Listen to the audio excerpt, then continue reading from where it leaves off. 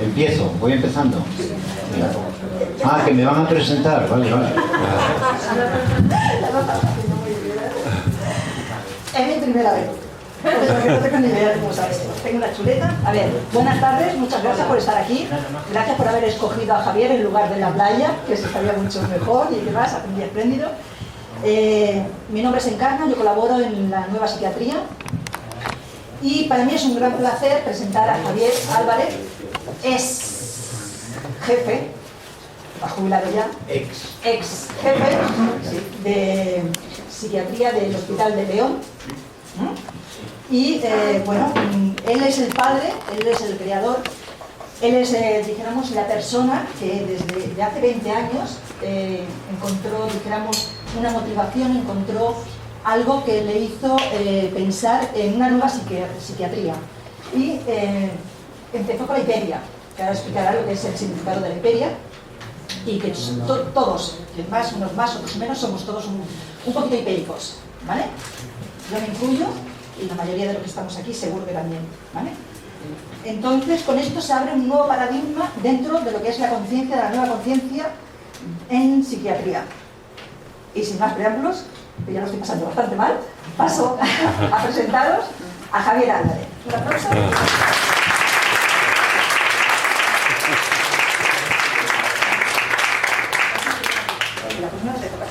Muchas gracias, Encarna. Lo haces tan bien que casi deberías de seguir tú. Vale.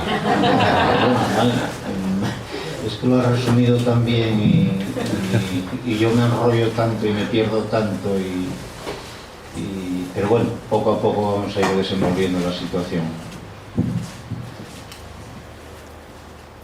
Bueno, sabéis que esto es un curso de 4 horas. Lluís, que es un hombre muy academicista, muy académico, quiere que le llamemos curso y que sea de 4 horas. Yo creo que hablar 4 horas puede aburrir al más resistente. O sea que yo hablaré lo que proceda, y más que un curso a mí me gustaría que fuese un encuentro, y que fuese un encuentro en el sentido de que nos encontramos, de que nos reunimos, una reunión. Si me permitís la palabra, aunque suene a carca y a de derechas y a de épocas pasadas, yo diría que casi una comunión.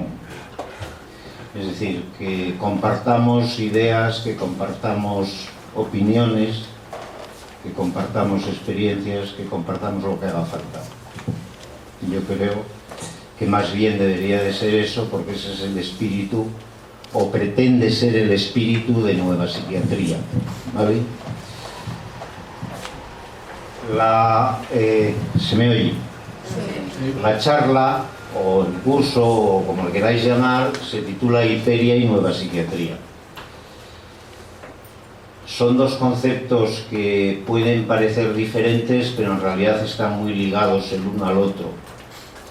Hiperia significa excesivo, y la hiperia es una hipótesis que, como decía antes Encarna, desde hace unos 20 o 25 años yo vengo trabajando en esa hipótesis, y es una hipótesis que si algún día, es una hipótesis que no cree nadie en ella, salvo yo y algunas personas allegadas que ya están en Nueva Psiquiatría, que les parece convincente. Hasta ahora no cree nadie en ella, la comunidad científica no cree en la hiperia. Cuando yo hablaba con mis compañeros, mis 27 psiquiatras del servicio o los 14 psicólogos, y les hablaba de la hiperia, pues ponían esa mirada que se suele poner, como decía, ya está el jefe con su locura. Bueno, parece una idea un poco loca, pero si la analizamos un poco, que es lo que vamos a hacer ahora, pues no es tan descabellada. Y si a alguno le resulta convincente, pues verá que permite hacer un enfoque de lo que hasta ahora se llaman enfermedades mentales o trastornos psiquiátricos, o llamadle como queráis, Ya sé que todas esas denominaciones tienen connotaciones peyorativas, pero tenemos que utilizar algunas palabras, ¿no? Yo voy a usar indistintamente enfermedad mental, trastorno psiquiátrico, problema emocional. Pues si esta hipótesis fuese medianamente convincente o adquiere fuerza, hay hipótesis que tardaron 2400 años en adquirir fuerza, o sea que tenemos tiempo. Si la hipótesis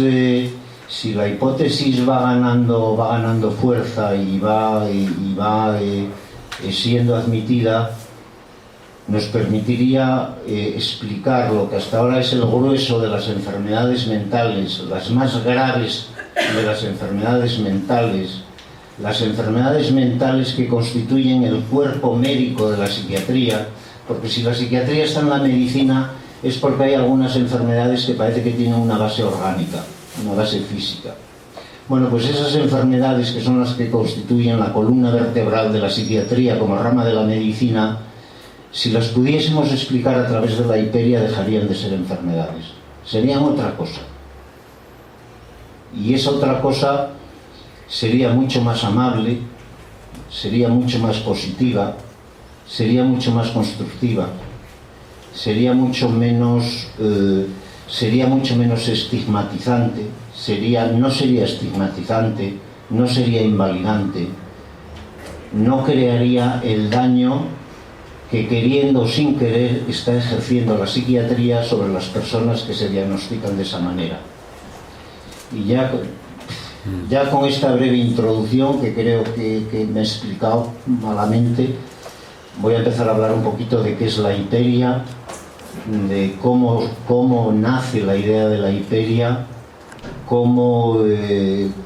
cuál es el proceso a través del cual yo llego a elaborar esa hipótesis, y luego hablaremos un poco de las consecuencias de esa hipótesis y cómo de esa hipótesis se deriva un movimiento que lo hemos llamado Nueva Psiquiatría, que sería un movimiento basado en esa hipótesis, basándonos en esa hipótesis, intentar dar otro manejo a esas situaciones, un manejo más positivo, más constructivo.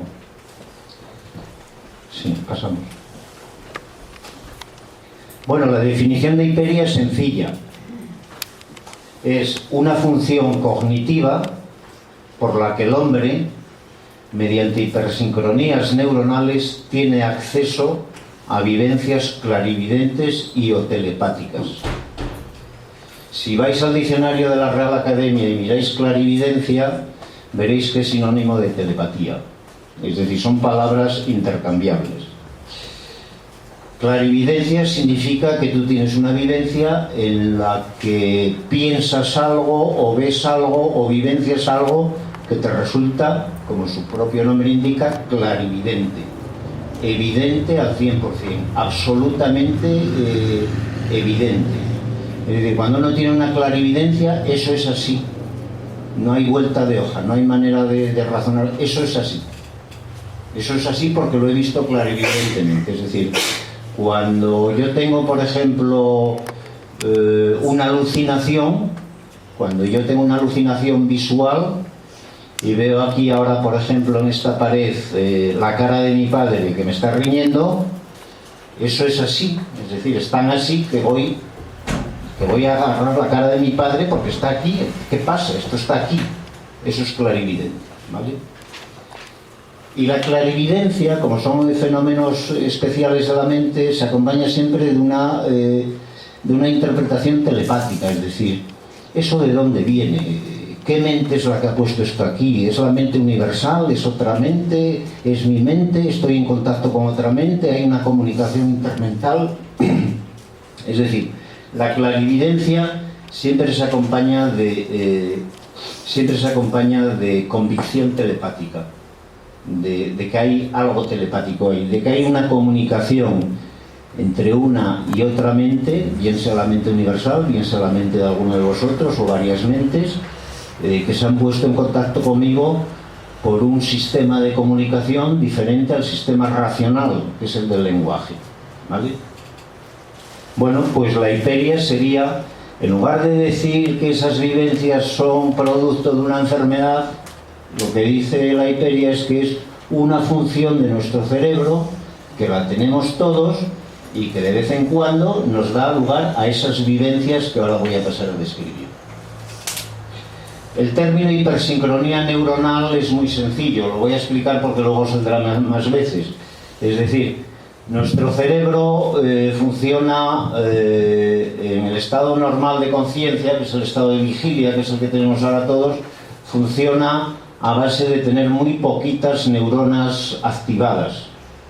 De los cientos de miles de millones de neuronas que tengo yo, en estado de vigilia ahora, pues solo tengo unos pocos millones de neuronas funcionando. Las demás están apagadas. Para mantenerlas apagadas, para poder mantener todo ese número de millones de neuronas apagadas, nuestro cerebro está haciendo un trabajo muy activo y está consumiendo el 80% de la glucosa que le metemos, lo está consumiendo el cerebro para mantenerlo, para mantener el mayor número posible de neuronas en reposo. Porque si se activasen todas, pues se arma la de San Quintín, como luego veréis. Bien, pues en las vivencias hipéricas lo que ocurre es que en unos instantes, durante unos instantes, se enciende, se activan un número de neuronas mayor de lo normal. Aparece lo que se llama en epileptología o en neurología, aparece una pequeña descarga epiléptica. Un grupo de neuronas en el lóbulo temporal, o en el lóbulo occipital, o en el lóbulo frontal, que están apagadas habitualmente, que no están transmitiendo información habitualmente, de repente todas juntas se ponen a transmitir información. Y entonces se produce esa descarga neuronal, esa hipersincronía neuronal, que solo quiere decir que hay un exceso de neuronas o un número muy grande de neuronas que se activan a la vez. Eso es hipersincronía neuronal, y al activarse a la vez, eso se puede medir en el electroencefalograma. Aparece una punta de 40-50 microvoltios en el electroencefalograma, y sabes que se ha producido un encendido neuronal hipersincrónico en una determinada zona del cerebro, el cual se va a acompañar de la correspondiente vivencia hipérica, ¿vale? Vivencia hipérica que por tanto también le podemos llamar crisis epiléptica parcial. Es decir, cuando un número de neuronas se enciende juntos, se produce una pequeña descarga epiléptica. Habéis oído hablar de la epilepsia, ¿verdad? Todos asociamos la epilepsia con la crisis generalizada. Cuando pensamos en epilepsia, pensamos en una persona que pierde el conocimiento y cae bruscamente al suelo y empieza a convulsionar todo el cuerpo y empieza a sacudirse todo el cuerpo.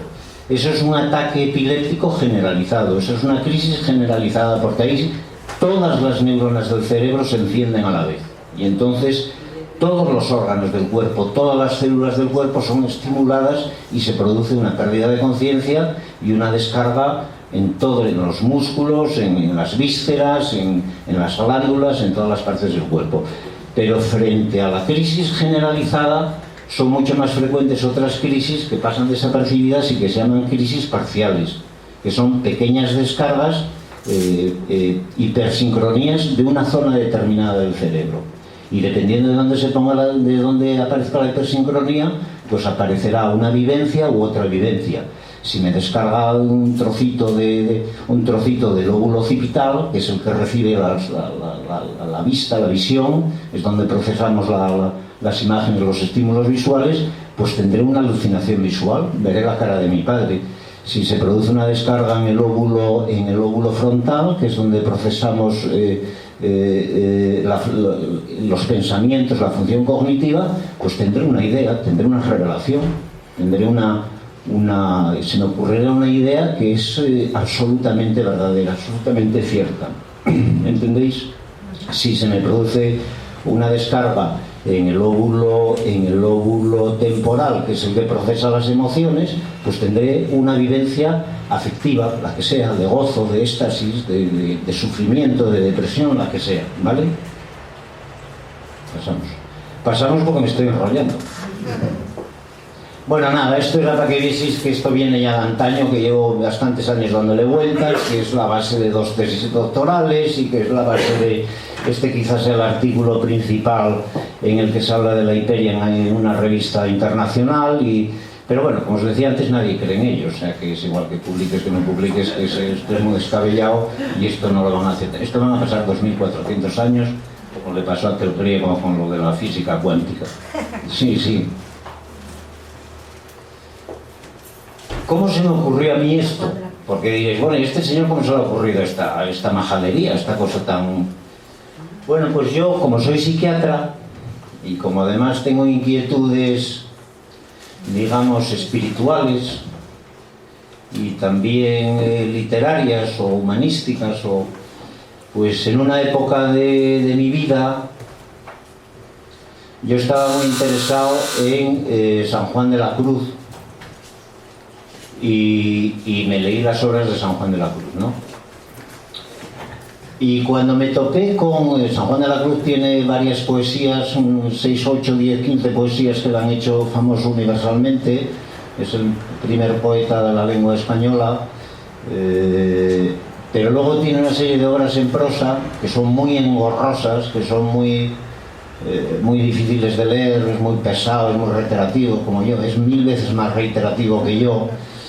Y bueno, yo como estaba ilusionado con el tema, pues me leía San Juan de la Cruz, y cuando llegué a un libro que se llama Subida al Monte Carmelo,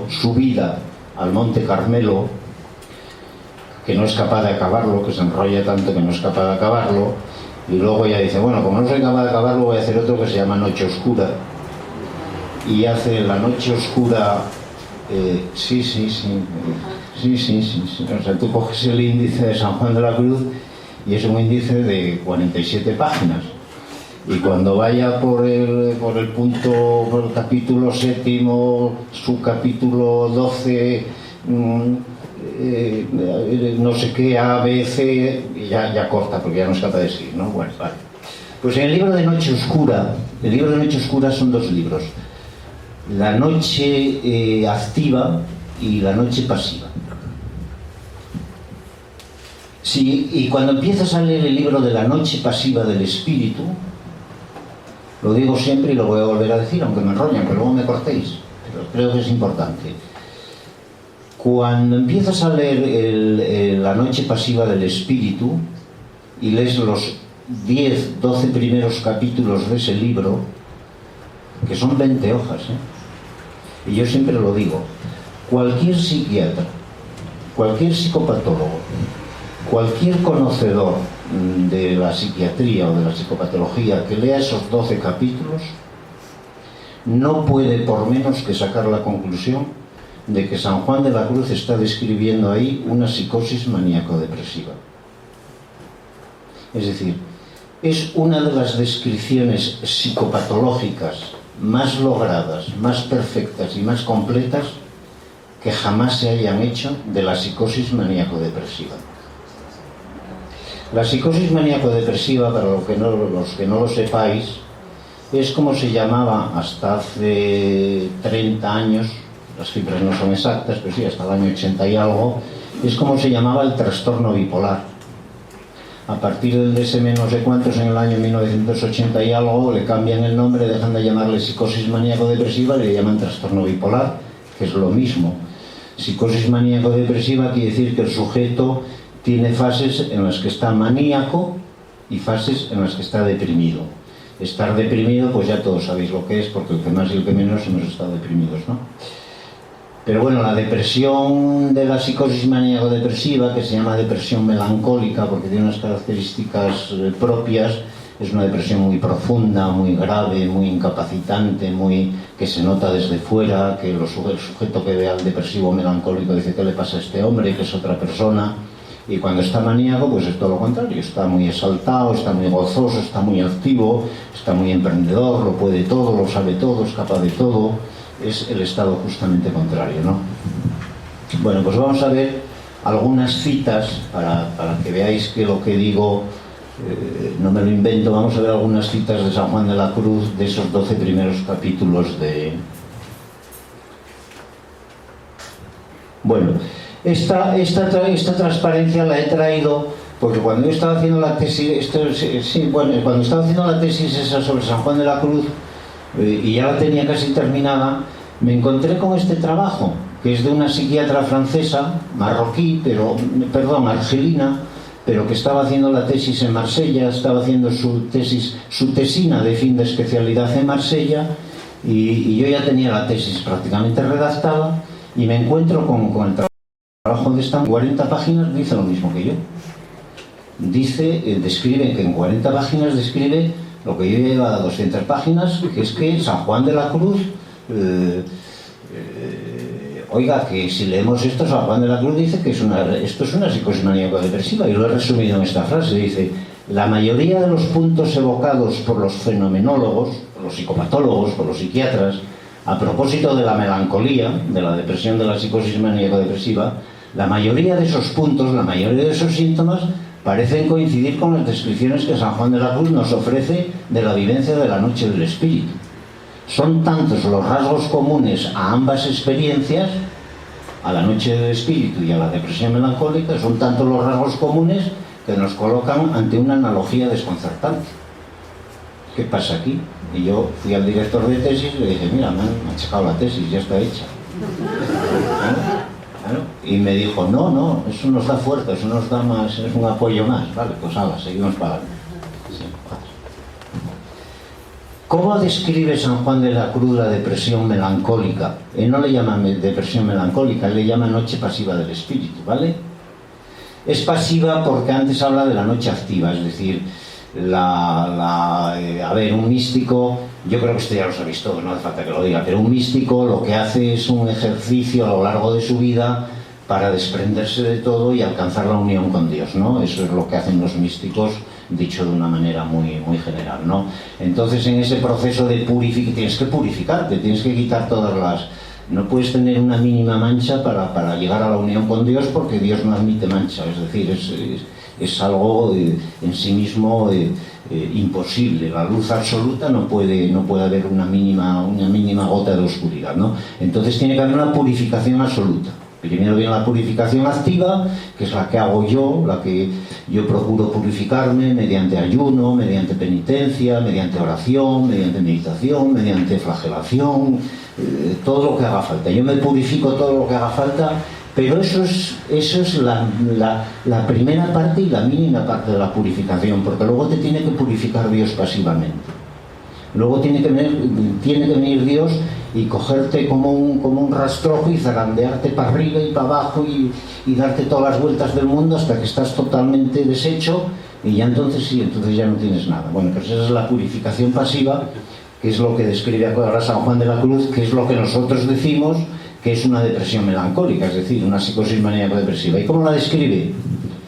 Dice: conviene al alma entrar en la segunda noche del espíritu, donde le han de hacer caminar en oscura y pura fe. Esta noche es una oscura influencia de Dios en el alma, en que de secreto enseña a Dios a el alma sin ella hacer nada ni entender cómo. Ya veis que es completamente pasiva, ahí la voluntad no puede hacer nada. Pero bueno, ya veis una cosa, él dice: esta noche es una oscura influencia de Dios. Podría decir, es una enfermedad que tengo, es una melancolía que tengo, es una depresión que tengo. No, él dice: es una influencia de Dios, es una prueba que me manda Dios. Digo esto porque ya veis que un mismo fenómeno se puede interpretar de muchas maneras. Yo puedo llamarle enfermedad o puedo llamarle influencia de Dios, ¿vale? Sí.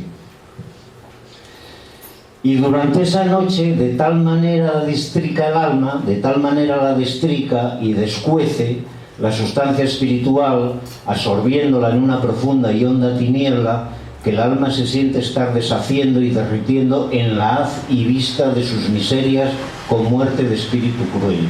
Empezáis a ver el sufrimiento de la depresión melancólica, empezáis a ver al místico tirado en el barro de la depresión. Porque verdaderamente, cuando esta contemplación purgativa aprieta, sombra de muerte y gemidos de muerte y dolores de infierno siente el alma muy a lo vivo, ¿vale? Esto es un castellano del siglo XVI, pero esto te lo puede decir cualquier paciente en términos de hoy en la consulta. Oiga, es que me estoy muriendo en vida, oiga, es que esto no, es que no aguanto más, es que es un sufrimiento insoportable, es que no sé de dónde viene, es que no sé lo que significa, sí. Si Dios no ordenase que estos sufrimientos, cuando se avivan en el alma, se adormeciesen presto, moriría muy en breves días, porque de estos son de los que de veras descienden al infierno viviendo. Como veis, es siempre el libro segundo de noche, primeros capítulos. De tal manera pena en su flaqueza que poco menos desfallece, porque el sentido y el espíritu, así como si estuviese debajo de una inmensa y oscura carga, está penando y agonizando tanto que tomaría por alivio y partido el morir, que me vendría muy bien suicidarme. Oiga, doctor, que yo así no aguanto más, que prefiero morir. Esa es la primera idea de suicidio, la búsqueda pasiva de la muerte.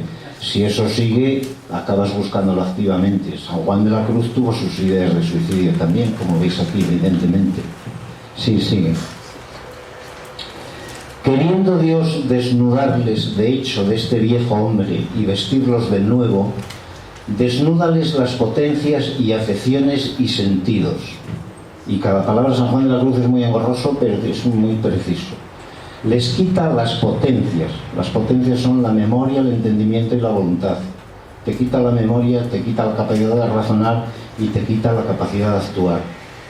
Les desnuda de las potencias y afecciones de los sentimientos y de los sentidos. Ni ves, ni oyes, ni sientes, ni estás muerto en vida. Dejando a oscuras el entendimiento y la voluntad a secas y vacía la memoria y las afecciones del alma en suma aflicción. A nivel afectivo, lo único que puede sentir un melancólico es sufrimiento. Ha perdido la capacidad de sentir. A un melancólico en una fase melancólica, en la psicosis maníaco-depresiva, cuando le dice: tenemos que darte una mala noticia, se ha muerto tu hijo, no siente nada. Es igual que se muera el hijo, que se muera el padre, que no es capaz de sentir nada. Lo único que siente, lo dice él además, dice: esto es terrible, no siento nada por la muerte de mi hijo, o sea, ¿qué me está pasando?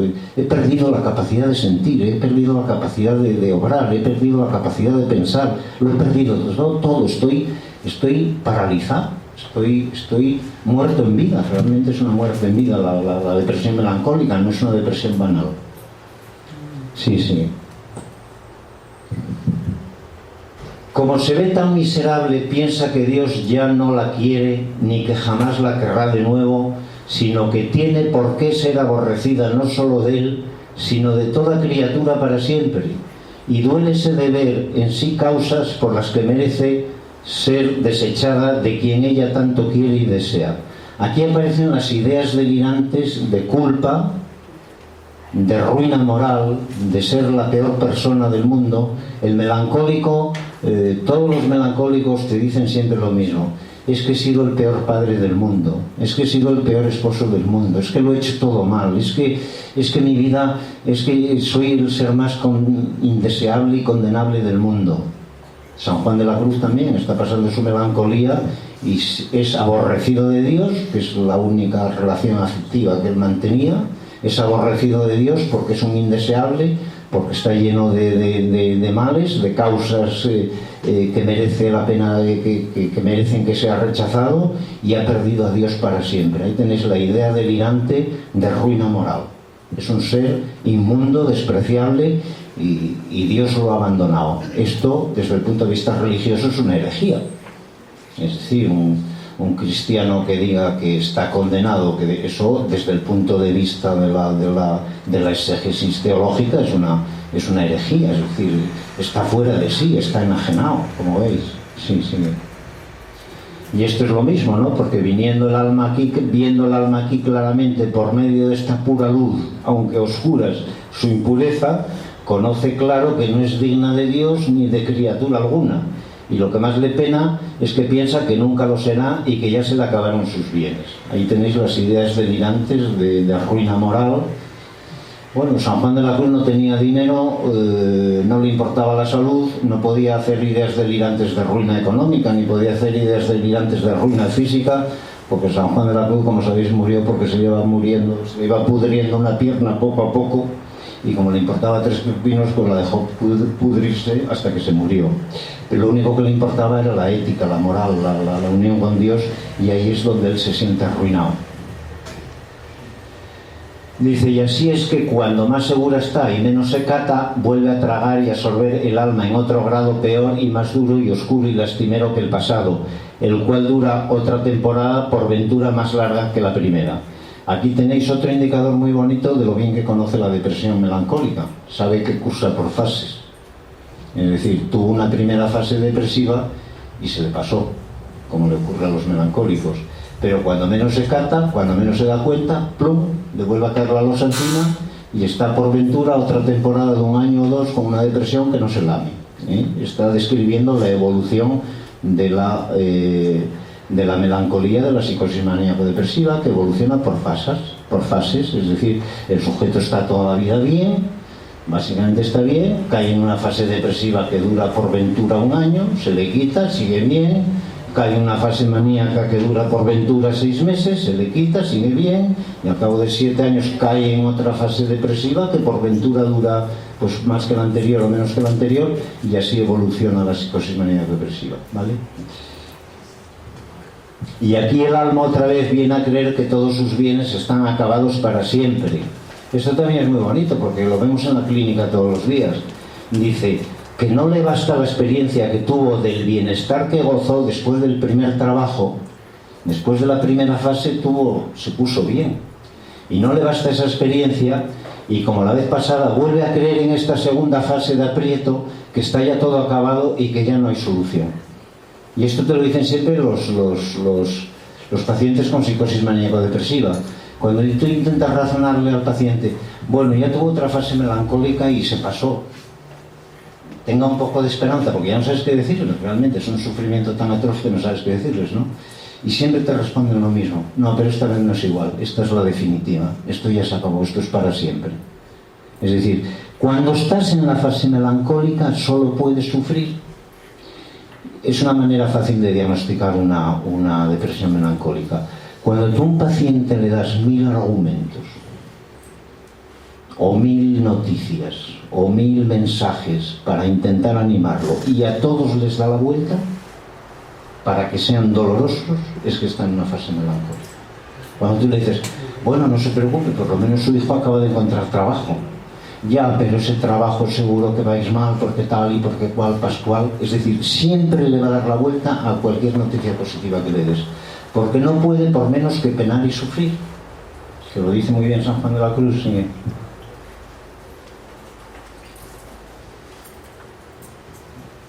Bueno, y aquí empieza a describir, no me voy a extender tanto porque si no, no acabamos. Aquí empieza a describir la fase opuesta, la fase maníaca, la fase de gozo, ¿vale? Dice, de donde a veces, cuando ella menos piensa y menos lo pretende, vuelve a ser totalmente automático, pasivo, suele Dios dar al alma unos divinos toques, dice él. Escribe muy bien San Juan de la Cruz, a mí me encanta. Suele dar al alma unos divinos toques tan sensibles que algunas veces no solo el alma, sino también el cuerpo hacen estremecer. Aquí está estremeciendo de gozo. Dios le está haciendo unos toquecillos que le hacen sentirse en el cielo, en lo contrario. Y otras veces acaecen en el espíritu muy sosegados, sin estremecimiento alguno, con súbito sentimiento de deleite y refrigerio. Aquí está describiendo la fase contraria. Sin saber por qué, de repente me viene lo contrario, que tengo un deleite y un refrigerio que estoy en el cielo, estoy en éxtasis. Está describiendo la fase maníaca. Sí. Es la purgación más o menos fuerte y de más o menos tiempo. Pero si ha de ser algo que merezca la pena, si queremos llegar a Dios como Dios manda, dura algunos años, puesto que en estos medios hay interpolaciones de alivios. Y subrayo la palabra interpolaciones porque en el año 1640 escribe esto,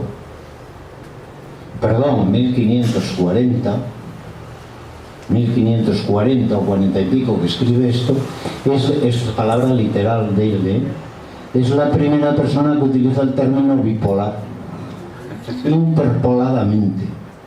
Hay dos polos. 500 años antes que la Asociación Americana de Psiquiatría, San Juan de la Cruz utilizó el término interpolado. Interpoladamente vienen alivios, es decir, es un juego de dos polos. O Lo estáis viendo claro, el polo maníaco y el polo depresivo. Y de esta manera va purgando a Dios algunas almas, metiéndolas a ratos interpoladamente de nuevo en esta noche de contemplación y purgación espiritual, haciéndola anochecer y amanecer a menudo. Ahí tenéis los dos polos, el polo de la noche y el del amanecer. La noche oscura y la noche sosegada en par de los levantes de la aurora, la música callada, la soledad sonora, la cena que recrea y enamora. Hay dos noches, la noche oscura, que es terrible, y la noche en par de los levantes de la aurora, que es el gozo absoluto. Dios se me va a ofrecer en la unión definitiva. Sí. Bueno, creo que queda claro que San Juan de la Cruz describe psicosis maníaco-depresivas, ¿vale? Aunque él no les llama así, y les da otro valor y les da otro significado. Pero claro, yo cuando iba investigando tuve que echar mano de otros autores, a ver lo que decían otros místicos, a ver lo que decían otros autores, sí. Sí. Y me encuentro con que en el siglo IV, Casiano, un místico, un obispo francés, creo que de Marsella también, en el siglo IV, en el libro de las colaciones, escribe esto. Las colaciones era lo que se leían los monjes durante la colación, durante la comida, ¿no? Como no hablaban.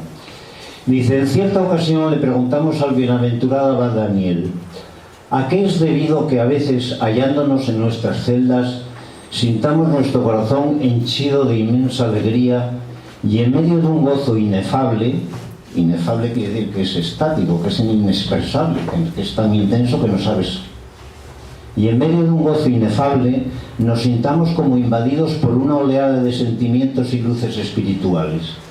Es un fenómeno de tal naturaleza que no puede traducirse en palabras, incluso la mente se siente incapaz de concebirlo.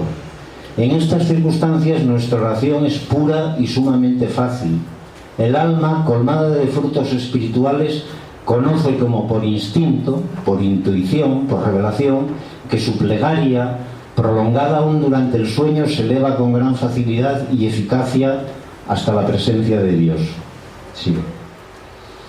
Pero acontece también que de pronto, y sin mediar causa alguna de la que seamos al menos conscientes, nos sentimos presa de la más profunda congoja.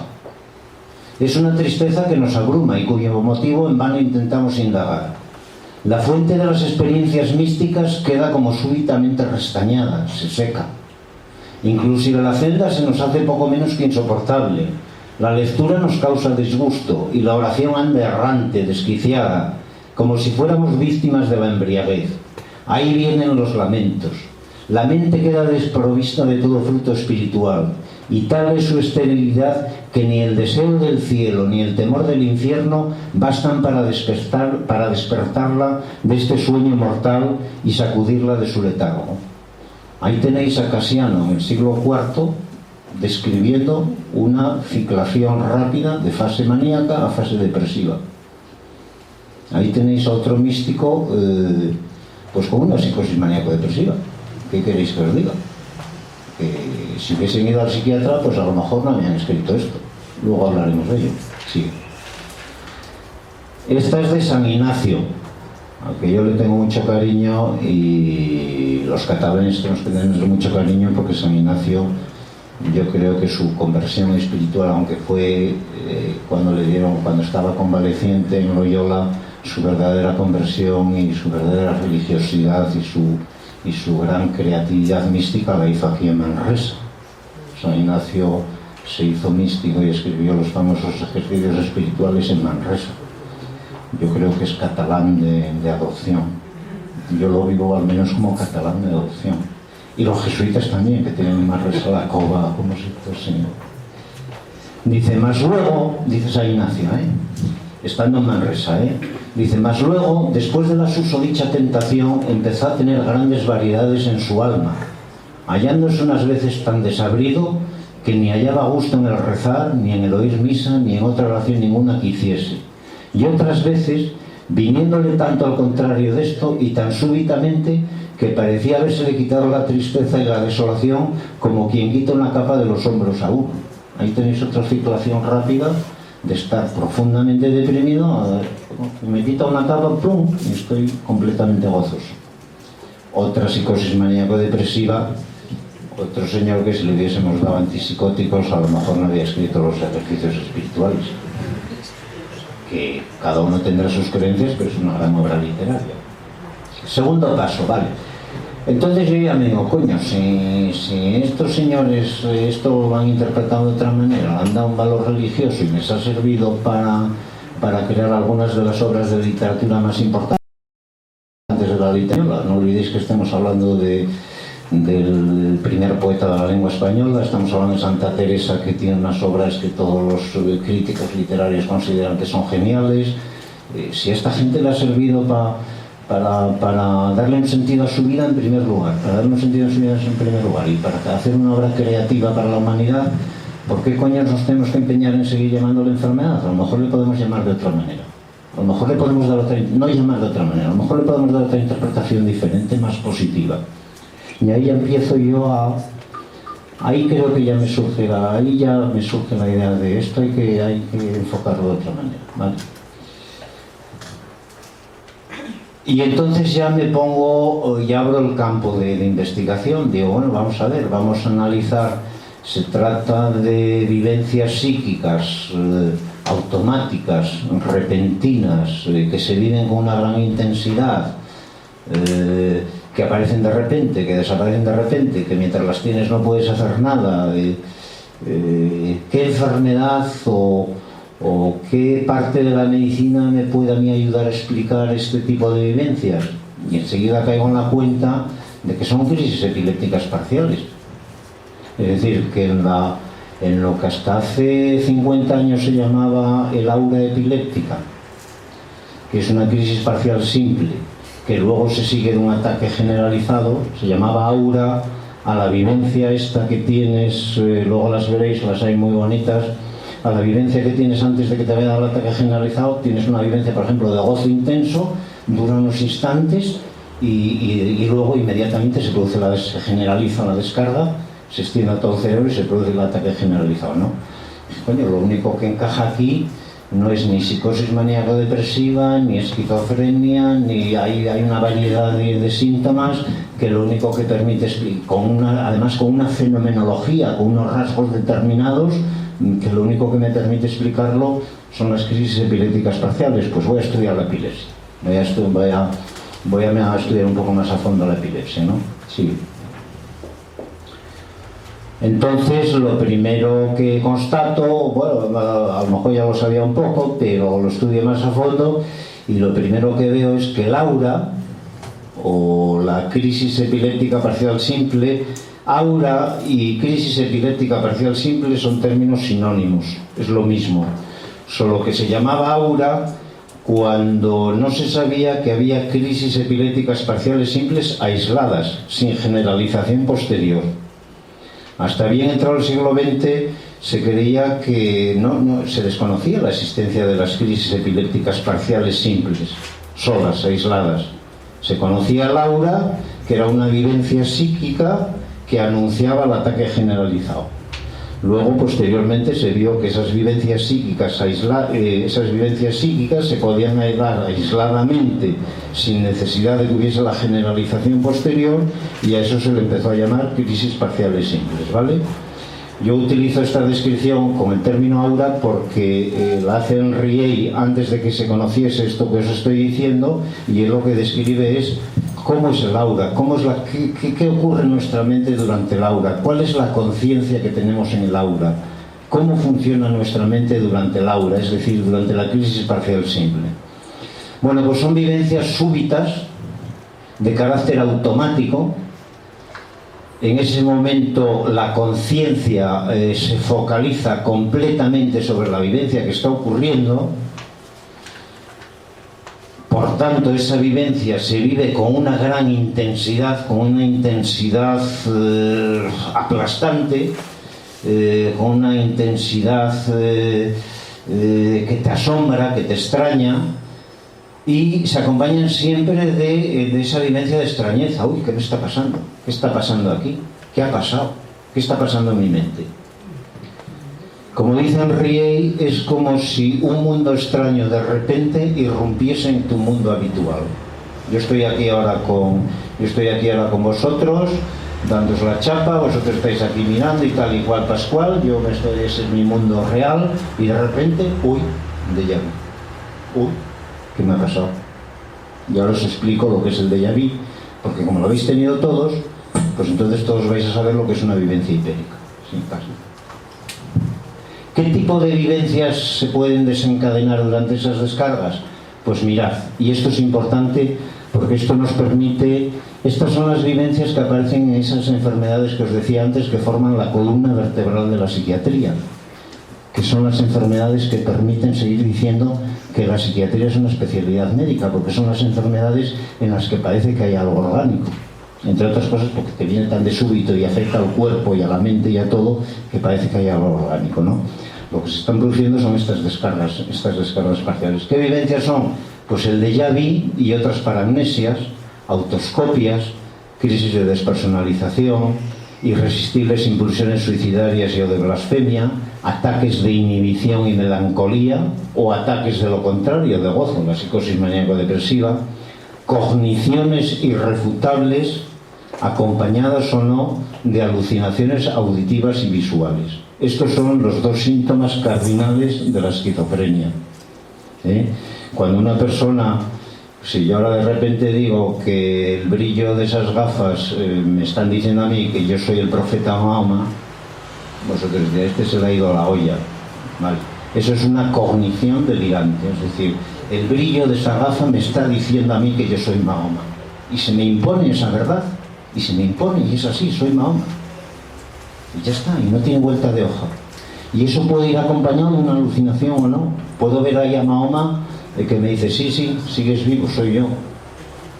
Esos son los dos síntomas fundamentales de la esquizofrenia. Una idea delirante, una convicción de una idea que los demás no comparten y que para ti es una absoluta certeza, y alucinaciones que por definición son siempre delirantes. La alucinación es siempre delirante, es decir, está aquí Mahoma y lo voy a coger y me voy a defender de él. Hay siempre convicción delirante en la alucinación. A veces no hay alucinación y existe solo la idea, la cognición, la revelación delirante, ¿vale? Sí, pasa.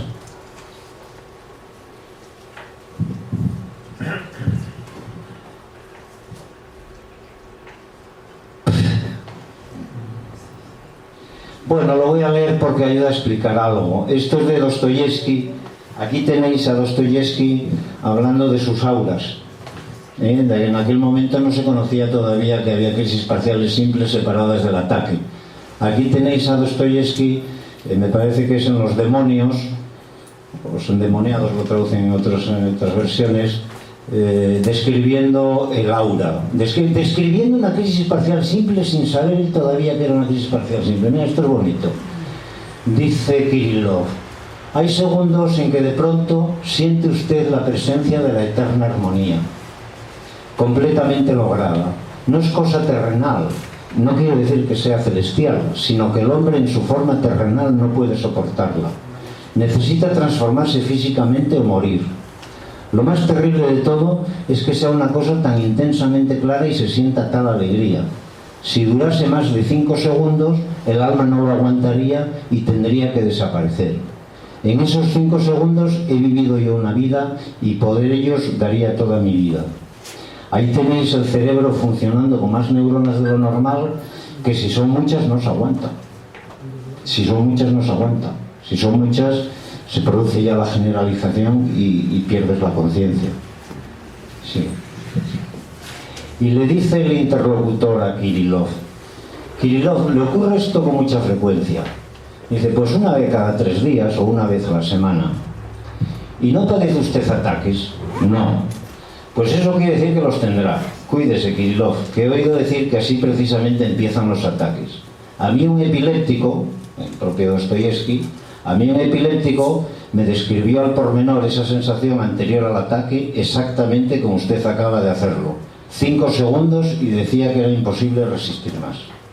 Ahí tenéis a Dostoyevsky 100 y pico años antes de que se distinguiese la crisis parcial el aura, se separase el aura como crisis parcial y crisis generalizada, describiendo crisis parciales sin saber lo que era todavía, pero diciendo, tenga cuidado porque usted va a ser epiléptico.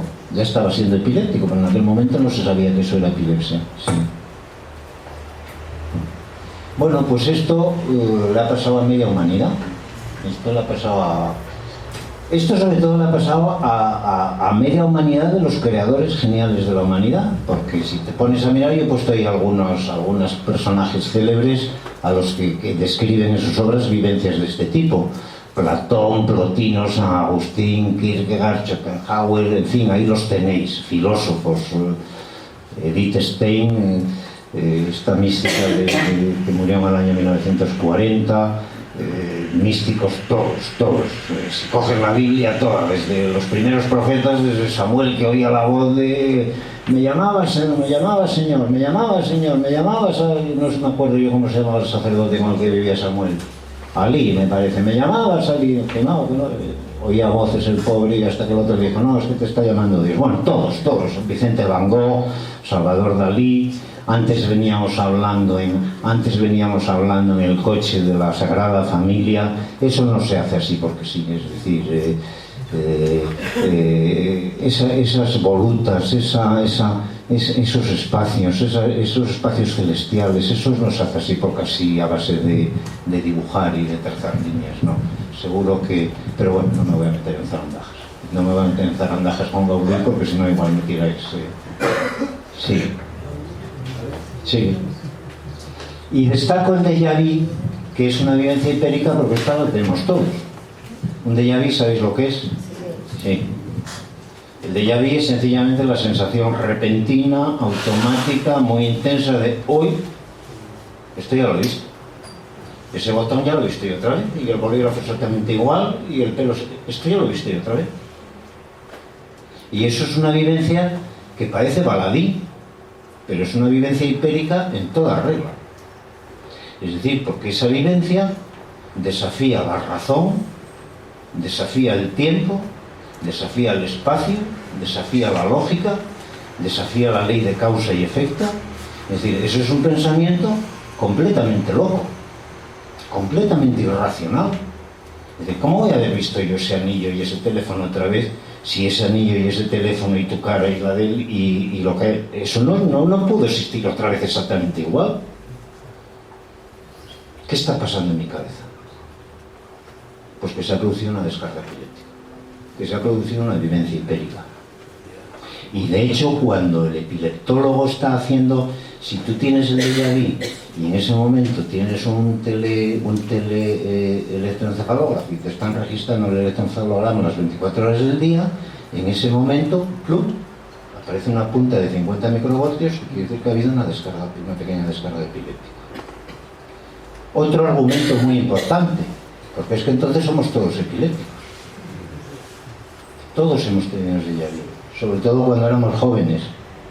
La hiperia, como la memoria, y como la inteligencia, y como el lenguaje, alcanza su culmen a los 16, 18 años, y a partir de ahí empieza a declinar, y cuando se llega a mi edad, la memoria ya deja de serte fiel y empieza, pues la hiperia igual.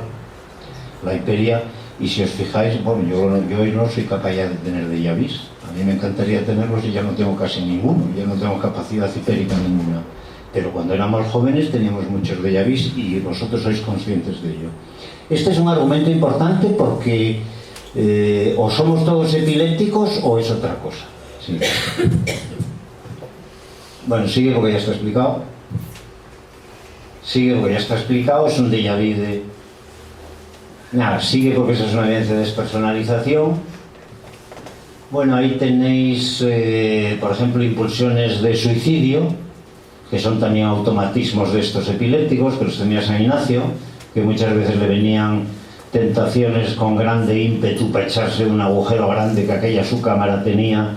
Mirad qué bonito es el castellano de San Ignacio, porque como era vascoparlante, escribe muy bien, dice que aquella su cámara tenía y estaba junto al lugar donde hacía oración. Otras veces este otro de quién es, de San Juan de la Cruz. Otras veces se le añade en esta noche el espíritu de blasfemia, el cual en todos sus conceptos y pensamientos se anda atravesando con... Bueno, bien, son impulsiones de tipo epiléptico para que veáis qué tipos de evidencias hay. Vale, sigue. Bueno, como os decía antes, hay alucinaciones también, ¿no? Hay alucinaciones, hay ideas delirantes, hay ataques de gozo, de éxtasis, hay ataques de tristeza. Pues ahí tenéis al Beato Suso, ese discípulo del maestro Éjar, que dice: un día, hacia la misma época, el servidor estaba todavía tomando la comida y oyó dentro del mismo una suave melodía y su corazón se emocionó completamente. Ahí tenéis un éxtasis gozoso repentino, una descarga epiléptica en forma de éxtasis gozoso. Esta otra es de Catalina de Génova, que dice: creía ver una escala de fuego y el mundo entero que ardía, y ella hizo abrir la ventana para asegurarse de que no era cierto. Ahí tenéis la alucinación, la realidad de la alucinación, que vio una escala de fuego y que estaba ardiendo todo y obligó a las otras que le abrieron la ventana porque se iban a quemar todos. Ahí tenéis la certeza delirante de la alucinación. Sigue. Esta es muy bonita de San Ignacio porque... Bueno, sigue, porque si no... Sí. Y esta es otra de Santa Teresa, que dice: fuime estando así a una ermita bien apartada que las hay en este monasterio, y estando en una donde está Cristo a la columna, suplicándole me hiciese esta merced, oí que me hablaba una voz, lo hablaba no está mal, lo escribe ella así con V, que me hablaba una voz muy suave como metida en un silbo. Yo me espelucé toda, que me hizo temor, y quisiera entender lo que me decía, mas no pude, que pasó muy en breve. Ahí tenéis una alucinación auditiva de Jesucristo a toda la columna que la habla. Sigue. Bueno, y entonces yo ya digo, esto no encaja. Y buscando más bibliografía, pues me encuentro con el mundo de las drogas. Me encuentro con los tóxicos, las drogas de recreo que llaman los americanos. Los americanos, drogas es medicamento, y drogas de recreo es lo que nosotros llamamos drogas, ¿no? Estas vivencias que acabáis de ver son justamente las que producen las drogas. Las drogas son alucinógenos, son éxtasis, a veces el viaje es malo y en lugar de un éxtasis gozoso las pasas canutas, a veces son ataques de pánico, a veces son vivencias maravillosas. Del mundo de las drogas y la hipería podríamos estar hablando 7 días, pero os digo solo esto, pasa. Os digo solo esto. El mundo de las drogas se puede resumir diciendo: nuestro cerebro, desde hace cientos de miles de años, se ha encargado, sabe Dios por qué, de fabricar unas sustancias que luego nosotros las hemos descubierto en la naturaleza y que son las drogas. Todas las drogas que se consumen por ahí son sustancias que nuestro cerebro produce. El opio produce unos efectos, pero es que el opio lo produce el cerebro. El diazepam produce unos efectos, pero es que el diazepam lo produce el cerebro. Los alucinógenos producen unos efectos, pero es que la dopamina, que es una sustancia que tiene el cerebro, produce los mismos efectos. Es decir, el cerebro del ser humano, y a lo mejor el de otros animales, por razones que no sabemos, se ha encargado de producir unas sustancias que las libera en determinados momentos y que las acopla en determinados receptores, en determinados puntos de la neurona, para que se produzcan las vivencias, las mismas vivencias que se producen en la enfermedad mental, en esas enfermedades mentales fundamentales que os digo yo, o en la vida de los místicos, o en la vida de muchos escritores y de muchos artistas y de muchos filósofos y de muchos pensadores. Este es un argumento también importante. ¿Para qué coños produce el cerebro esto? ¿Para qué? ¿El cerebro está empeñado en que seamos enfermos? ¿Esto es una enfermedad o es otra cosa? ¿Vale? Sigue, porque son demasiadas citas. No, pasa una para atrás, dos para atrás, eres capaz, mira, es muy sencillo. Bueno, es igual. Sí. Anterior, otra. Arriba. Anterior ahí. Cuarto paso. Ya tenemos mucho, para decir que esto no es una enfermedad, hay que llamarlo de otra manera, podemos llamarlo de otra manera, podemos hacer otra cosa. Cuarto paso. Estudio las epilepsias a fondo y descubro unas epilepsias que son muy poco conocidas, que son las epilepsias reflejas. ¿Qué son las epilepsias reflejas? Son descargas epilépticas simples o generalizadas que se producen como respuesta a un determinado estímulo, ¿vale? Lo que las diferencia del resto de los ataques es que aquí hay un estímulo desencadenante, ¿vale? ¿Y cuáles son las principales epilepsias reflejas? Pues son la fotosensitiva, la musicógena, las afectivas y las autoprovocadas, ¿vale? ¿Qué es una epilepsia fotosensitiva? Lo vais a entender muy fácilmente. Hace unos 10 años o así, en Japón, 10 o 15, porque a mí la memoria ya no me es fiel, la verdad, es una tragedia. En Japón tuvieron que quitar una serie de dibujos animados rápidamente porque al cuarto o quinto día de estar la serie de dibujos animados en emisión aparecieron cientos de niños con crisis epilépticas en las urgencias de los hospitales y se dieron cuenta que los ataques aparecían mientras veían esos dibujos animados en los que había muchas luces fosforescentes. Y bueno, desde siempre sabemos que una luz intermitente, una manera que hay en la electroencefalografía de provocar la descarga epiléptica es la fotoestimulación, una luz intermitente flasheante, pum, que te produce una descarga epiléptica, ¿vale? Esa es la epilepsia o epilepsia fotosensitiva, bien conocida y además que ha aumentado muchísimo en el siglo XX, muchísimo, merced a ese diabólico aparato que inventaron que se llama televisión. Pues como es una luz fosforescente, la epilepsia fotosensitiva la conocía desde hacía 200, 300, 500 años, mucho tiempo, pero la epidemia, si se puede hablar de epidemia, es por culpa de la televisión. Entre otros muchos males, encima te hace descargas epilépticas.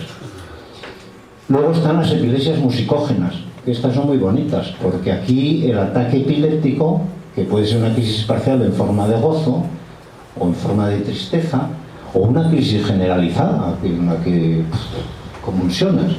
Aquí lo que produce la descarga es una música. Es una determinada música que al oírla, estoy en el cielo. O una determinada música que al oírla, me pongo a llorar lágrimas dulces, sin saber por qué, me inunda una emoción una emoción inexpresable, que me pongo a llorar, pero es un llorar dulce. Y digo yo, ¿os suena esto que estoy diciendo? ¿Verdad que sí? Volvemos a lo mismo, somos todos entonces epilépticos, porque ¿quién no ha llorado con una música determinada? O bien de tristeza o bien de alegría, pero una emoción que te embarga, que no eres capaz de explicar esa música. ¿Por qué me habrá puesto así esa música? Es una descarga epiléptica. Y luego están las epilepsias afectivas, que están bien descritas. Es decir, si tú en la epilepsia afectiva es un afecto el que descarga, es un afecto, un sentimiento el que produce la descarga. Y esto se comprueba bastante bien por medio de determinadas palabras. El epiléptico con una epilepsia afectiva, cuando evoca una palabra o cuando la dice, se produce la descarga.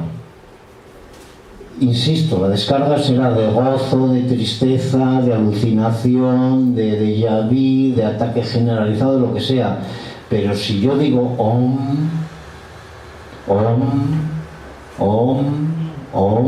si yo digo una palabra que he repetido miles de veces, y que para mí tiene una carga emocional, porque el Om es lo eterno, es lo absoluto, es Om, Om y la descarga. Bueno, esto es lo que han hecho los místicos toda la vida, ¿no? ¿La palabra Om os suena? Sí. Es decir, los místicos han aprendido a manejar las herramientas útiles para producir estas descargas. ¿Cuáles son? La repetición de palabras, la música, todas las liturgias de todo el universo universal que conozcamos utilizan la música en la liturgia, las sustancias químicas. Antes le tuve que decir a Miki que me quitase el incienso porque me coloca un poco. Sí, pero en todas las liturgias se utilizan sustancias químicas para colocarte un poco. La música, las luces. ¿Por qué las catedrales góticas tienen las luces coloreadas? ¿A qué se debe ese juego de colores y el sol cambiando y va moviendo los colores y va haciendo un efecto fotoestimulante? La música, los colores, las drogas. Fijaros, parece una herejía lo que voy a decir, al menos a mí me suena un poco como herejía por mis, pero las catedrales góticas y las discotecas del siglo XX son lo mismo. A nivel de epilepsia son lo mismo. Luces centelleantes, música rítmica, repetitiva, música rítmica. Fijaros las músicas que se utilizan en las distintas liturgias. Fijaros lo que es el gregoriano.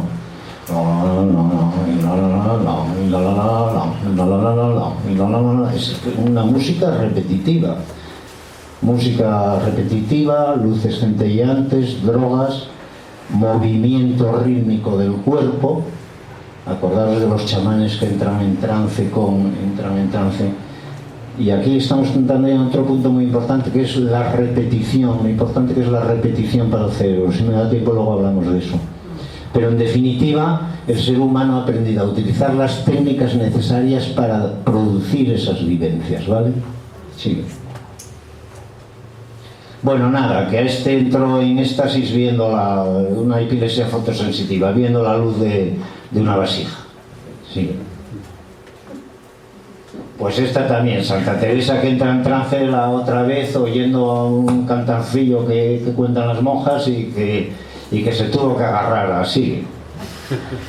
Y aquí pues aquí San Juan igual, que le cantan un cantar y se deshacen lágrimas y poco más, que también se tiene que agarrar a la reja porque si no se le evita. Sí. Las afectivas, que ya las he descrito, sigue. Ataques autoprovocados, que ya lo he descrito, es decir, esto también lo vemos en la clínica. Un niño que tiene epilepsia fotosensitiva y le dan ataques gozosos, él sabe que haciendo así en la ventana, se produce una fotoestimulación y se coloca y entra en éxtasis. Y esto es un dato clínico que está descrito en todas las guías de epilepsia o de neurología. Sigue. Bueno, y este paso ya no lo voy a dar porque aquí hay algún experto en dopamina y en transmisión dopaminérgica. Pues no, pues es muy complicado, pero en definitiva mirad, el tema es que me lo creáis o no, porque no tenemos tiempo para extender normal, y si no lo queréis creer, pues mira, el tema es que el cerebro, yo he aprendido con mi experiencia, y yo creo que es lo único que se puede decir a los demás, lo que has aprendido con tu experiencia, yo he aprendido que hay que tener mucho cuidado con lo que le das al cerebro. Sobre todo hay que tener mucho cuidado con lo que le das muchas veces, porque si se lo das muchas veces te lo va a pedir, y cuanto más se lo dé, más te lo va a pedir. Si te das latigazos, te acaba pidiendo latigazos. Si le das fútbol, te acaba pidiendo fútbol. Si le das sexo, te acaba pidiendo sexo. Si le das comida, te acaba pidiendo comida. Si le das rábanos en vinagre, te acaba pidiendo rábanos en vinagre. Todos sabéis que, bueno, ahora sí está de moda decir que este es vigoréxico. El que hace mucho deporte acaba siendo un adicto al deporte. El que hace mucho sexo también es un trastorno. Lo han puesto ahora en el DSM-5. Me parece que demasiado sexo, no sé cómo se llama ahora, hipersexualidad o es un trastorno mental. Tócate las narices. O sea, si le das sexo, pues te pide mucho sexo. Si le das sacrificio, te pide ese sacrificio. Si le das footing, yo que he sido footinguero de joven cuando podía, es que no podías pasar al día siguiente sin el footing. Y si hacías 15 kilómetros, tenías que hacer por lo menos 15 o 16. Es decir, el cerebro, la repetición es fundamental para el cerebro. Entonces el cerebro, ¿y por qué es fundamental para el cerebro? Porque claro, ¿de qué estamos hablando? Del aprendizaje, de la memoria.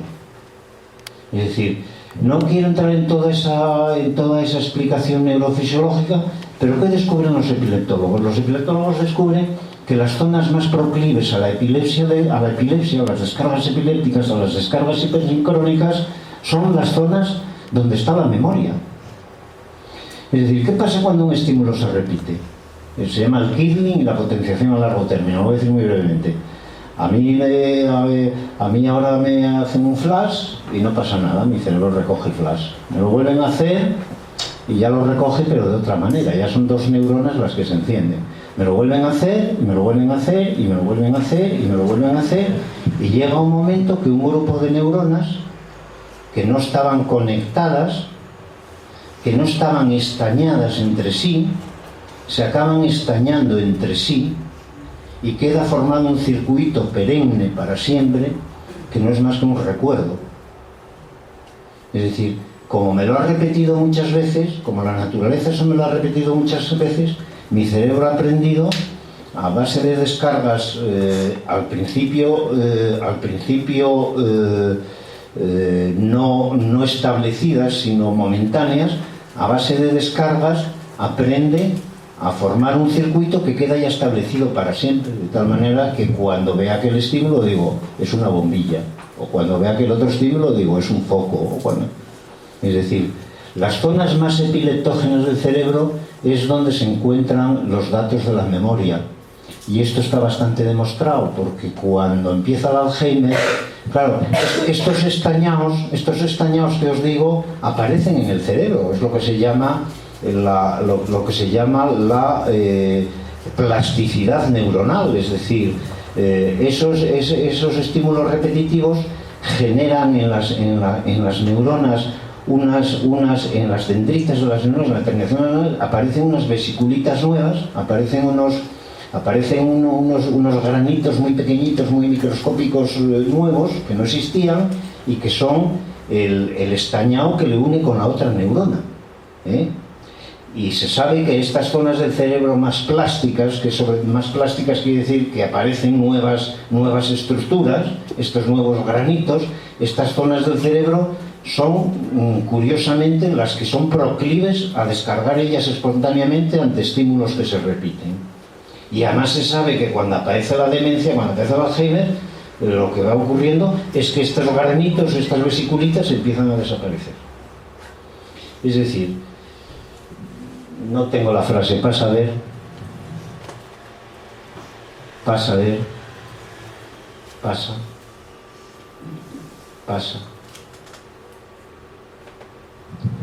Los datos de que disponemos sugieren que esta plasticidad neuronal que permite al córtex cerebral aprender de la experiencia es la misma que se halla involucrada en la epileptogénesis.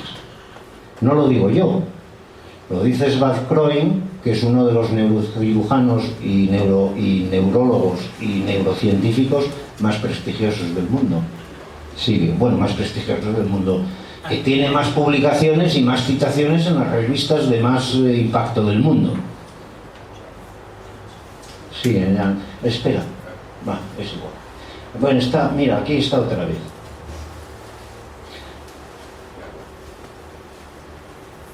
Sí. Estos datos sugieren un posible nuevo principio relacional No, sigue.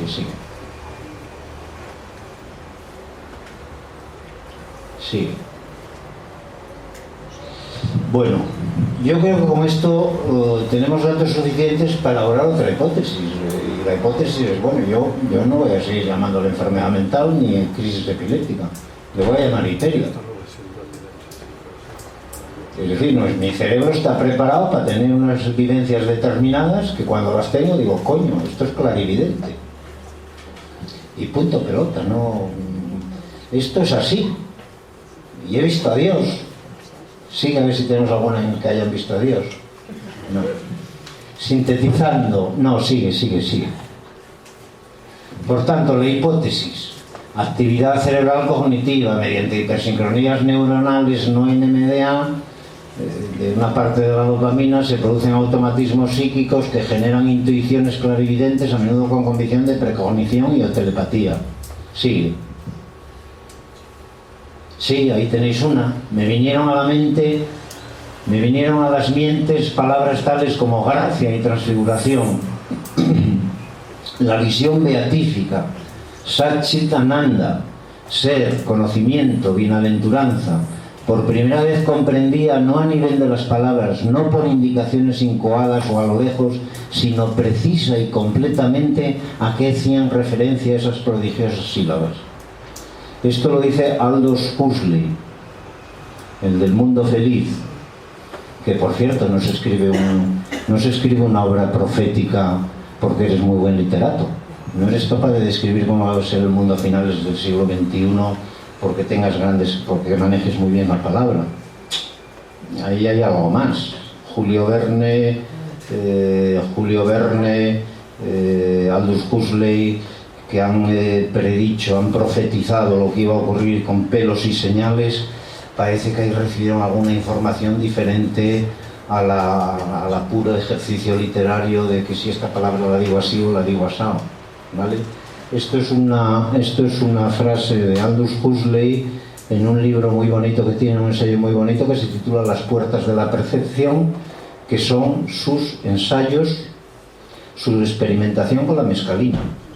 Él durante unos meses tomaba mescalina, que como sabéis es una sustancia fuertemente dopaminérgica, y tenía alucinaciones, visiones, éxtasis, todo tipo de vivencias, ¿vale? Y ahí tenéis un éxtasis de puro conocimiento. Eso es una idea delirante. Esto si viene a decírmelo a mí a la consulta, digo, usted tiene una idea delirante, pura, sin alucinación y sin nada. Usted está delirando antipsicóticos. Eso y otro síntoma más, que no voy a entrar ahora en detalle, esquizofrenia, ¿vale? Esquizofrenia quiere decir que se te acabó la vida. Sí. Ahí tenéis una vivencia de Hermann Hesse, que os sonará a todos, ese escritor alemán tan bueno, que a mí me gusta. Tocaba una antigua música magnífica, entonces entre dos compases de un paisaje pianísimo tocado por oboes, se me había vuelto a abrir de repente la puerta del más allá, había cruzado el cielo y vi a Dios en su tarea. Eso es un éxtasis. Eso es otra idea delirante, una convicción de absoluto, de certeza absoluta, de que si viene esto de alguien diciéndole, bueno, pues usted está delirando, ¿qué quiere que le diga? Y es una descarga musical. Sigue, ya no pongas más. Bueno, yo creo que ya os lo he explicado, ¿no? No pongas más, sigue, porque no... Bueno, ya decía Aristóteles, el famoso enigma aristotélico que sigue sin resolver y que aquí un servidor pretende aportar su granito de arena a la resolución del enigma, aunque tardará otros 2400 años. ¿Por qué razón todos aquellos que han sido hombres de excepción, bien sea, es decir, geniales, bien sea en lo que respecta a la filosofía o bien a la ciencia del Estado, la poesía o las artes, resultaron ser claramente melancólicos y algunos hasta el punto de hallarse atrapados por las enfermedades provocadas por la bilis negra? Es decir, ya Aristóteles le llamaba la atención que los melancólicos, los que padecían la enfermedad melancólica, que en el cerebro daba depresiones, eran tíos geniales. Eran sensibles, ¿no? ¿Qué?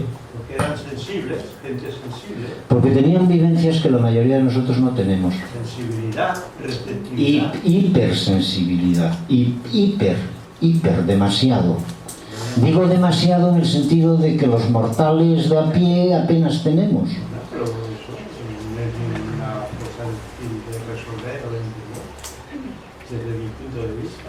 Pero... Gente sensitiva, receptiva. ¿Y por qué los melancólicos? ¿Por qué los depresivos? Melancolía es depresión. Precisamente porque muy pocos depresivos hay que sean personas frías o sin sentimientos. Estupendo. Entonces, ¿qué estamos? ¿Ante una enfermedad o ante un La don? enfermedad es la del psiquiatra que le manda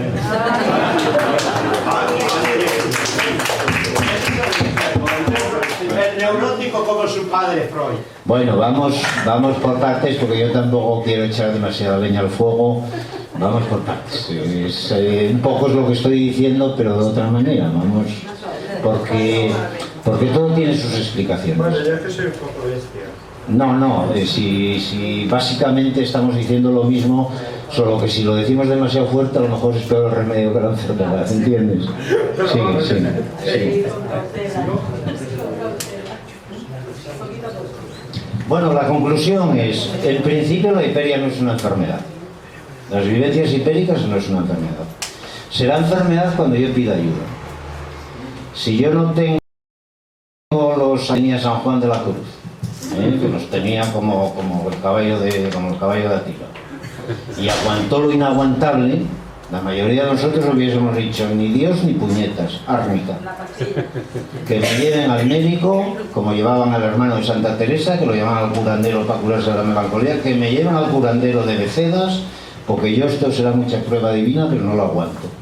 Vale, pues entonces sí, habrá que decir que necesitas una ayuda médica, alguna sustancia que te ayude a calmar ese sufrimiento, ¿vale? O bien la vivencia que produce es tan imaginaros a la Catalina de Génova con el incendio aquel, que abre la ventana y sigue convencida que es el incendio y se pone a tirar a las monjas por la ventana para que se salven del incendio. Coño, habrá que sujetarla para que no tire a las monjas. Hay dos tipos de intervenciones que parecen necesarias. Cuando el sujeto pide ayuda, entonces deja de ser una pura función cerebral y habrá que ayudarlo a mitigar ese sufrimiento, o cuando la vivencia es tan intensa que te produce un estado confusional y que ya no sabes, ya no confundes la mis con la media y ya no sabes si aquello es una ventana o es la entrada al metro y te tiras por la ventana, ¿vale? Ahí sí que la psiquiatría sigue teniendo una función, lo que pasa es que pasaría a ser una función completamente diferente, como veis. Sigue. Bueno, nada, ya está. Es enfermedad cuando el sujeto lo pide o cuando tiene consecuencias sociales, ¿vale? Cuando hay que poner coto a esa situación, porque si no el sujeto pues es capaz, con la mejor intención del mundo, de matarnos aquí a todos sin querer, porque está viviendo las cosas de una manera completamente distorsionada. Sigue. Fin de la psiquiatrización y comorbilidad irracionales del modelo actual. Esto es importante. La hiperia, esta hipótesis nos permitiría acabar con lo que se decía antes. Ya está bien de psiquiatrizar y de medicalizar y de sigue. Bueno, y de esta hipótesis y de este planteamiento que os he soltado este rollo, pues nace la idea de hacer una psiquiatría distinta, ¿no? Que es nueva psiquiatría y que se trata sencillamente de ir concienciando a la gente, a los que quieran, a los que lo necesiten o a los que vayan surgiendo, de que la psiquiatría no es una ciencia. Lo voy a decir brevemente, ¿vale?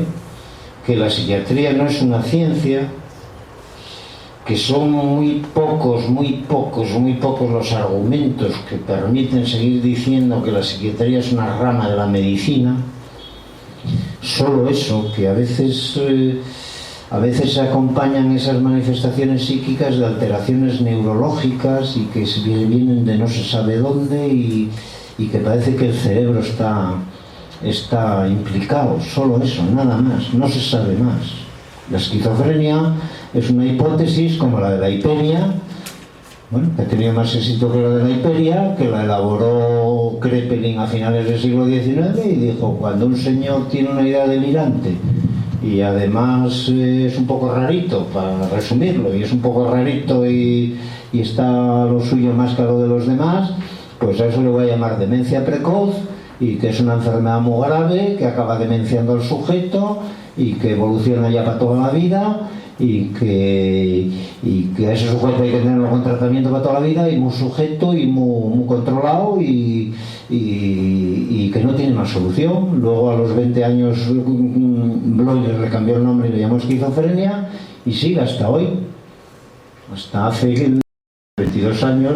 Cuando le dices eres esquizofrénico, en ese mismo momento el chaval ha perdido a la novia, ha perdido el trabajo, ha perdido a los amigos, ha perdido a la familia, porque la psiquiatría se encarga de decirle a la familia: bueno, lo que tienen ustedes en casa no es un hijo, es una bomba de relojería que en cualquier momento puede estallar gravemente, y hay que tenerla súper controlada con unos medicamentos que mantengan esa bomba apagada.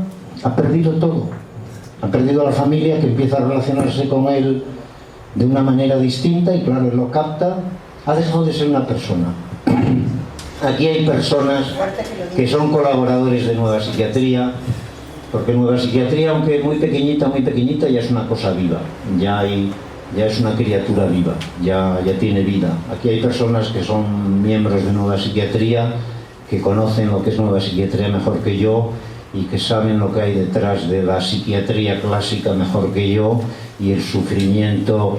Con esto os quería decir que los psiquiatras, con buena o con mala intención, dándose o sin darse cuenta, programan como dice alguno de los miembros de Nueva Psiquiatría, programan a los familiares, les comen la cabeza, les lavan el cerebro para que sean conscientes de que se llevan para casa un muerto que nadie quiere. Un muerto en vida que mientras viva habrá que...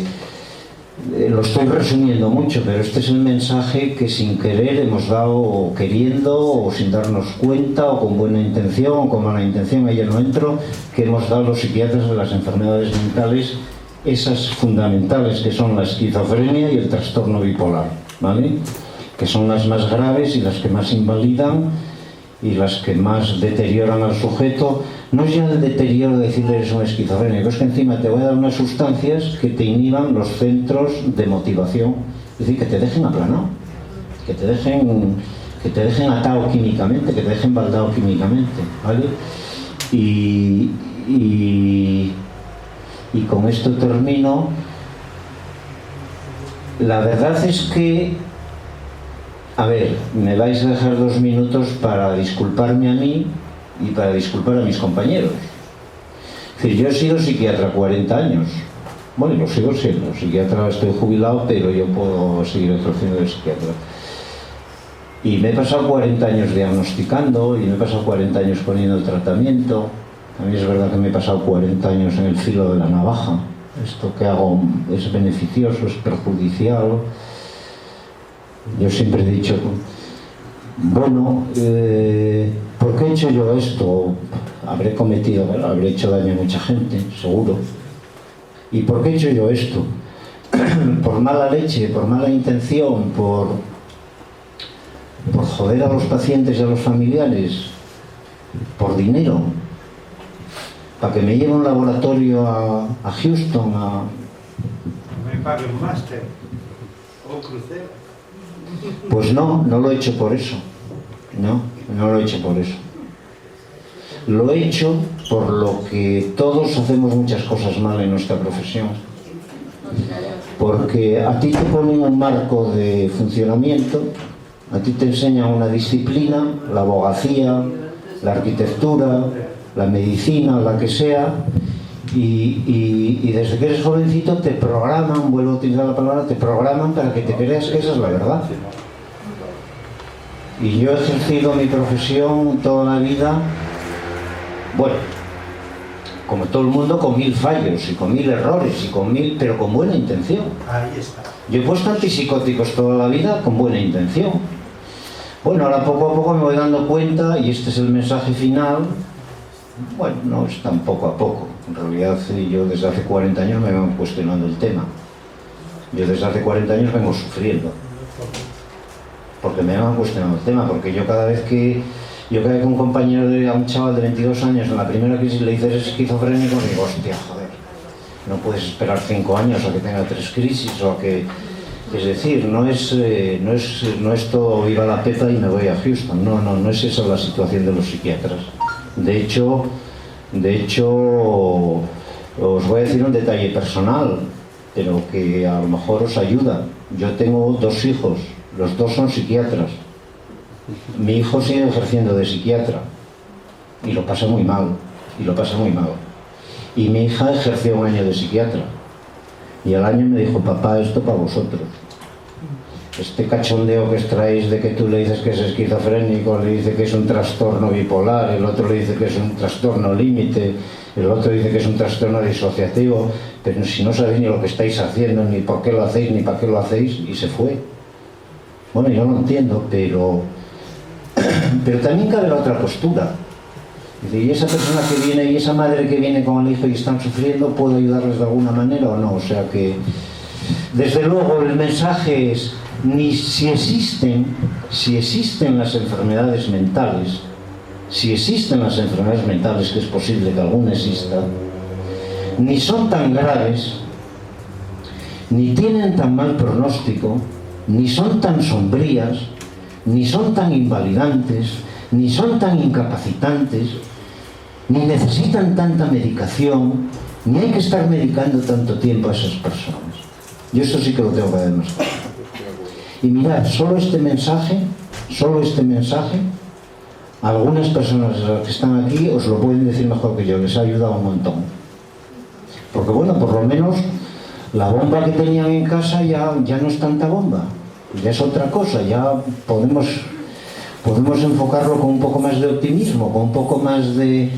El chico alguna vez podrá dejar la medicación, el chico no es que esté condenado ya de por vida. No es lo que nos dijo aquel psiquiatra de olvídese de que su hijo va a ser médico, que como mucho una formación profesional de las de... No, el chico puede ser médico, puede ser lo que sea, es una persona como tú y como yo, o sea, ya, aunque solo sea esto lo que está haciendo la psiquiatría, ya es un mensaje importante. Y de eso a lo mejor os pueden hablar más otras personas que están aquí que yo. Y es todo, ¿vale? Gracias.